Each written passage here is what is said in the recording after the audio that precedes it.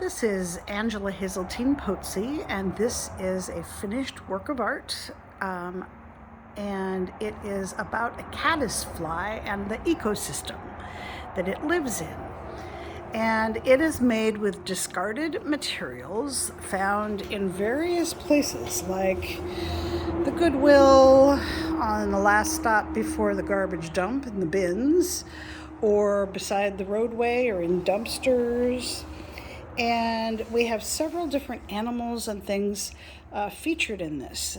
Most importantly is the caddisfly, which is made out of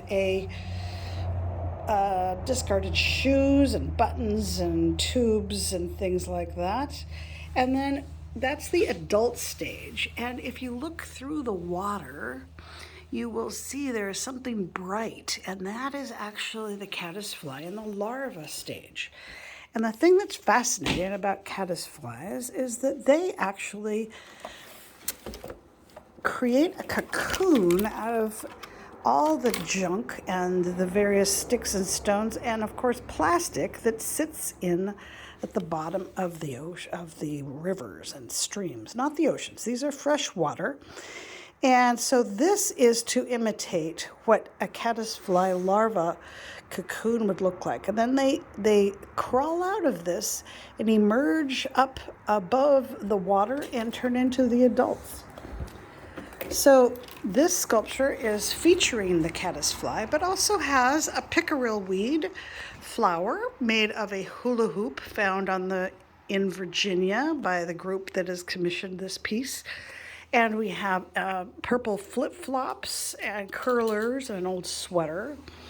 We have a variety of things imitating the reeds and the greenery around a freshwater swamp, old hoses that have been discarded, all kinds of weird toys, and even something imitating Darlingtonia eating the Incredible Hulk. We have a dragonfly with wings created from plastic bags, and the body itself again was some of that hula hoop that was found. We see that there are cans and labels and curlers, and there's a razor, shaving razor. This piece also has a lot going on the base of it, where we have all kinds of treasures that people have discarded, various things, shoes and toys, and then there's single-use plastics in here too, and lots of things for kids to find, as well as lighters. But there's happens to be a gorilla in a truck, and bottle caps, and soap dishes, more lighters, and all kinds of, there's a strange creature. And the water is done with water bottles. Here we have a water lily and lily pads, and that water lily is created from a detergent bottle, several detergent bottles, and the inside was from a children's foam puzzle. One thing that's kind of fun is we have cattails that are created from old moccasins that were being thrown away. And that's the inside of the moccasins, and I just thought, oh, those look like perfect cattails. These are strappings that was found in a lumber company dumpster. I was buying some lumber, and I went by and asked if I could take these. And these get thrown away all the time, and sometimes they get into waterways. And there happen to be golf clubs there as well, as you see. But this piece is really meant to be educational, so it gives us a chance to engage people in the fact that there's so much plastic in our environment.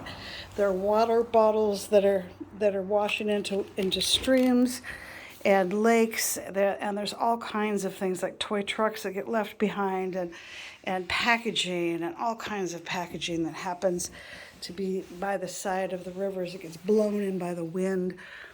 All kinds of various things, and this gives us a way to talk to kids about it, and really to have an appreciation for the wildlife. And from a distance it needs to look beautiful, and of course up close we hope it's a little bit disturbing.